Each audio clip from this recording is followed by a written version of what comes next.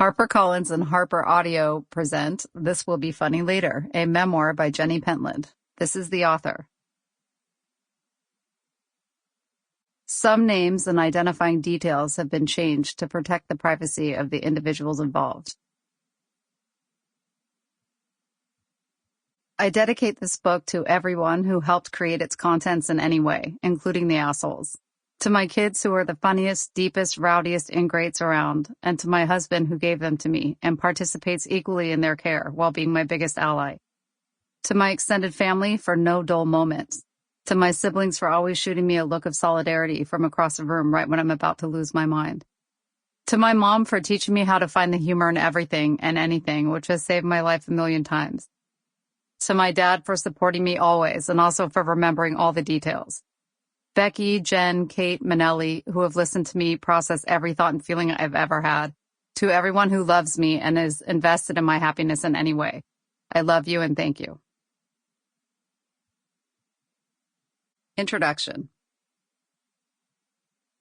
My life is a sitcom. I mean, I know everyone's life is, but mine is literally. The TV show Roseanne was based on my family. All 9 years of the original show were content mined from actual events in the lives of the five of us. My dad, Bill, was the inspiration for Dan. My mom played Roseanne Connor, a primetime friendly version of herself. Becky and Darlene were amalgams of my sister Jessica and myself. DJ was based on my little brother Jake. Jackie was based on my mom's sister Geraldine. The set was decorated much like our childhood home, minus the thick thatch of 70s carpet that would have stopped the camera dollies in their tracks. The overall look of it, though, half hand-me-downs and half thrift store finds, was dead on. The pantry was full of the processed junk of the 80s. The fridge was covered in kids' drawings layered over National Lampoon cartoons and was full of Velveeta cheese and other non-vegetable products. There were dishes in the sink and laundry piling up on top of the washer. As the seasons went on and what was actually happening in our lives was increasingly rated R, a lot of things were left out. And by the end of the series, it looked like a parallel reality version of what would have happened to us had the show never existed. Roseanne and Dan stayed married. Becky never asked for a coffin as a bed or bought meth.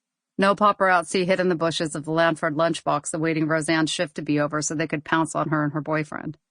No illegitimate children were found via private detective. Roseanne and Jackie never had a falling out. DJ never crashed the Jeep he got for his bar mitzvah, and Darlene was never in a mental hospital. My mom, who was the show's creator and a head writer, attempted to close that divide in the last season by doing something bold and controversial. She had Roseanne win the lottery, which allowed her to talk about how people behave around money and success. Then, once everyone had gotten used to the new direction of Roseanne's life, she pulled the rug out from under the audience and revealed that Roseanne Connor had invented this new reality from whole cloth, and that she had in fact been writing the previous 21 episodes in order to cope with Dan's death.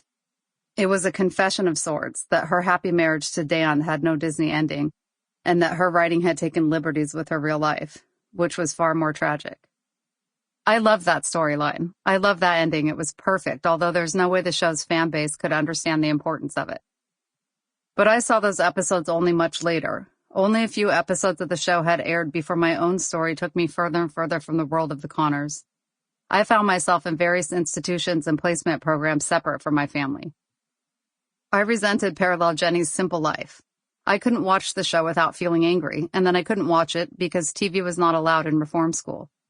I didn't see anything beyond the second season until I was 24 and a married housewife with a kid of my own, stuck at home and able to catch the reruns airing seemingly nonstop on Nickelodeon. It still made me sad sometimes to think about what I had missed, but I had a life I wanted now, and my pain was dull enough that I could enjoy the truly excellent joke writing. I made an effort to catch up. I could relate to Dan and Roseanne now more than I could to Darlene, and that freaked me out. I would have a conversation with my husband, Jeff, and then I would hear it almost verbatim from the other room, but in my mom's voice. Imagine what that does to a Jewish daughter's fear of turning into her mother.